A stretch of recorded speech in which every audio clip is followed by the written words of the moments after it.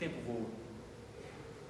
Ontem nós éramos crianças, hoje já somos adultos, alguns têm filhos, outros têm netos. Nós podemos sentar e conversar a noite inteira dizendo, parece que foi ontem. Falando sobre os tempos da juventude, os anos que já se passaram, talvez a época da faculdade e assim por diante. O fato é que nós vivemos em um ciclo histórico que passa perante os nossos olhos e o faz rapidamente.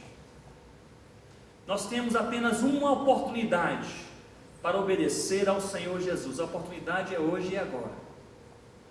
Nós temos apenas um dia para podermos ser fiéis ao Senhor Jesus, e o dia é hoje. Ou nós podemos gastar toda a nossa vida correndo atrás do vento. A força propulsora da missão é Deus. A motivação humana para a missão é a obediência. E a prioridade de Deus para a missão é onde Cristo não foi anunciado, seja perto ou seja longe, seja brasileiro, seja africano, seja indígena, seja de qualquer outra etnia. Uma alma vale mais do que o mundo inteiro. Eu gostaria de encerrar partilhando com vocês algo que gosto sempre de partilhar, porque talvez foi a experiência que mais marcou a minha vida aqui no Brasil. Quando eu e Rossana, com os nossos filhos, viemos da África para o Brasil em 2001, nós viemos com a incumbência de formar uma equipe missionária e começar a evangelizar etnias indígenas que não tinham conhecimento do Evangelho. Mas primeiramente tínhamos que encontrar tais etnias. Obviamente há um banco de dados, há uma lista geral, mas é uma lista bem geral, não é dizendo a etnia tal que está entre o rio tal e o outro rio com outro nome. Então é uma coisa bem geral. E eu ouvi falar sobre 3 etnias indígenas que nada tinham do Evangelho de Cristo, numa região entre o rio Solimões e o Rio Negro, no interflúvio, na região de mata. E ali então preparamos uma expedição. Eu fui só, era uma região nova, não era seguro para levar a Rossana dessa vez. E ali então cheguei até Tefé, no coração do Amazonas. Contratei ali um guia local com uma dessas voadeiras que não voam, né? Essas canoas motorizadas. Subimos os Solimões, Japurá, chegamos até uma região chamada Maraã, e ali tentamos entrar pelo riacho, pelo Igarapé, até aquela região onde nós pensávamos que havia pelo menos 3 etnias indígenas sem nada do Evangelho. E alguns indígenas nos abordaram no rio, dizendo, olha, a época não é boa para você entrar com a voadeira pelo Igarapé, pelo riacho, então vocês têm que realmente caminhar. Eu então deixei aquele meu guia, aquele piloto da voadeira ali, contratei um outro indígena, que era um caçador, que conhecia bem a região, porque para entrar na mata tem que ser alguém que conhece aquela parte da mata. E eu falei, você conhece essas 3 etnias? Ele falou, olha, eu nunca estive entre eles, mas eu sei onde eles ficam, onde eles moram. Eu já estive mais ou menos nas redondezas, mas para ir e voltar, caminhando na mata, vão ser mais ou menos uns 7 dias de viagem. Então se você aguentar, nós vamos. Eu falei, eu nunca tentei, primeira experiência na Amazônia. Eu falei, mas vamos tentar, né? Vamos experimentar. Preparamos ali a mochila um pouco menor, mais leve, e saímos. E eu bem me lembro, no primeiro dia de viagem, depois de uma hora de caminhada, e eu novato na mata amazônica, perguntando uma coisa, outra, etc. Ele parou, um índio assim, bem pequenininho, mas era um gigante na mata, né? Conhecia tudo, etc. E ele se virou para mim e disse, olha, é o seguinte, eu te levo onde você quiser, mas só tem um problema, eu não gosto de conversar na mata. Então nós passamos 7 dias caminhando na mata em silêncio. Nunca senti tanta falta de conversar com alguém como durante aqueles dias. E na primeira noite foi interessante, porque nós paramos ali, nós sempre caminhávamos bem cedinho, 6h30, 6 horas da manhã, saíamos até umas 5h30, 6 horas da tarde. 5h30 já escurece na mata. E ali parávamos e colocávamos as nossas redes em alguma árvore não falta, né? Então podíamos escolher ali algum local e íamos dormir. E na primeira noite eu estava tão cansado, caminhando o dia inteiro, e desacostumado de caminhar naquela região úmida. Na África nós moramos numa área bem seca, bem árida, E ali então estava cansado e exausto. Eu pensei, vou dormir a noite toda, como uma criança. E preparei aquela rede, deitei ali, me agasalhei, porque faz frio na mata. Não é um frio assim de Curitiba, né? Mas faz um frio na mata também. E ali então aquele indígena ficou a noite inteira, para cima e para baixo, levantava da rede, descia da rede, mexia, pegava a lanterna, focava alguma coisa, mexia no mato. Eu não consegui dormir bem a noite inteira. No outro dia, bem cedinho, eu reclamei com ele. Falei, olha, eu estou tentando dormir, tentei dormir a noite inteira, e você não me deixava, fazendo barulho, mexendo. O que é que estava acontecendo?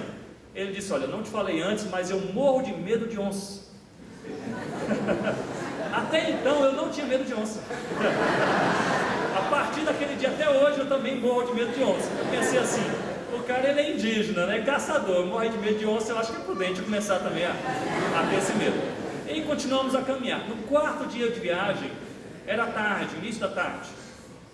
O GPS mostrava que nós estávamos a poucos metros da primeira aldeia. E o coração bate forte, porque você não sabe bem como será recebido. Poderá ser bem recebido, com um bom jantar, né? Ou poderá ser também não tão bem recebido, com um bom jantar, né?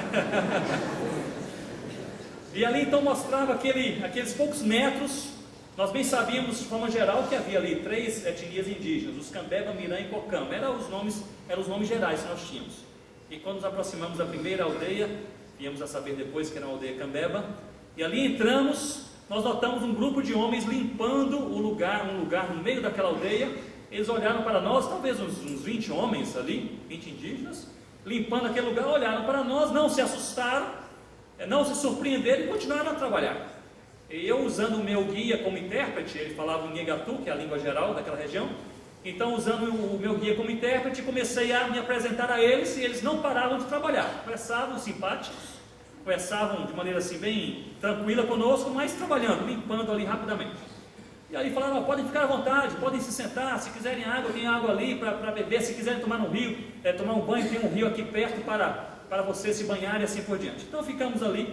Aí, para puxar conversa, usando o intérprete, eu lhes perguntei, o que vocês estão fazendo aí, limpando tão bem a aldeia, esse lugar aí no meio, o que vai acontecer aí? Eles falaram, olha, que hoje à noite nós vamos ter aqui um grande culto, reunindo aqui várias pessoas, então nós temos que preparar esse lugar muito bem preparado. Eu pensei, grande culto, eu acho que meu intérprete falhou, né? Culto, nunca ouvimos falar sobre o missionário que aqui esteve. Queridos, há 2 dias e meio de voadeira de Tefé até Maraã, há 4 dias de viagem na mata que é até essa aldeia, é num local remoto, um local de difícil acesso. E nós bem sabíamos, já havia feito o dever de casa, eu bem sabia que nenhuma missão havia passado por lá antes. Então eu perguntei, mas vocês estão preparando um culto? Vocês são crentes? Aí eles pararam de trabalhar, ficaram assim meio surpresos e falaram, mas é claro que nós somos crentes. E vocês não são crentes? E eu me lembro de 2 indígenas, bem assim, lá atrás, estavam limpando outra área, embaixo de uma árvore, eles gritaram, aleluia! Aí eu falei, eles são crentes e são pentecostais. E aí então comecei a lhes perguntar, mas qual foi a missão que lhes trouxe o Evangelho? Eles falaram, nós nunca ouvimos falar sobre a missão. O que é a missão? Qual foi o missionário que lhes trouxe o Evangelho? Nunca passou por aqui um missionário. Mas qual foi a pessoa então que lhes trouxe o Evangelho?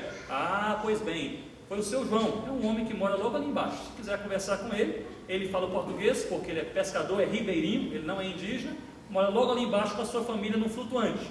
Não sei quem já esteve aqui no norte ou já viu um flutuante, seja na televisão ou em outro lugar, mas flutuante é uma casinha de madeira que é colocada sobre alguns troncos que flutuam e fica sobre as águas de um rio ou um riacho naquele caso. Então quando o rio sobe, aquela casinha sobe, quando o rio desce, aquela casinha desce, e aquela casinha amarrada com uma corda bem grande e uma árvore na margem. Isso é um flutuante. E ali eu cheguei bem perto daquele flutuante, era uma casinha pequena, 4x4, 4x3 metros, no máximo, um cubículozinho, um quartinho. A janela estava semi-aberta. Curiosamente eu olhei um pouco pela janela e eu notei que dentro daquela casa havia apenas 4 redes, uma panela grande e uma cadeira quebrada, só isso. Sentado no cantinho estava um homem sentado no chão. Ele tinha a Bíblia assim aberta e bem perto da sua face, aparentemente ali com dificuldade, era o seu João. Eu dei a volta pelo outro lado, bati então a porta daquela casa. Ele, quando abriu, ele tomou um susto muito grande e perguntou: mas quem é você? Eu disse: olha, seu João, não se assuste.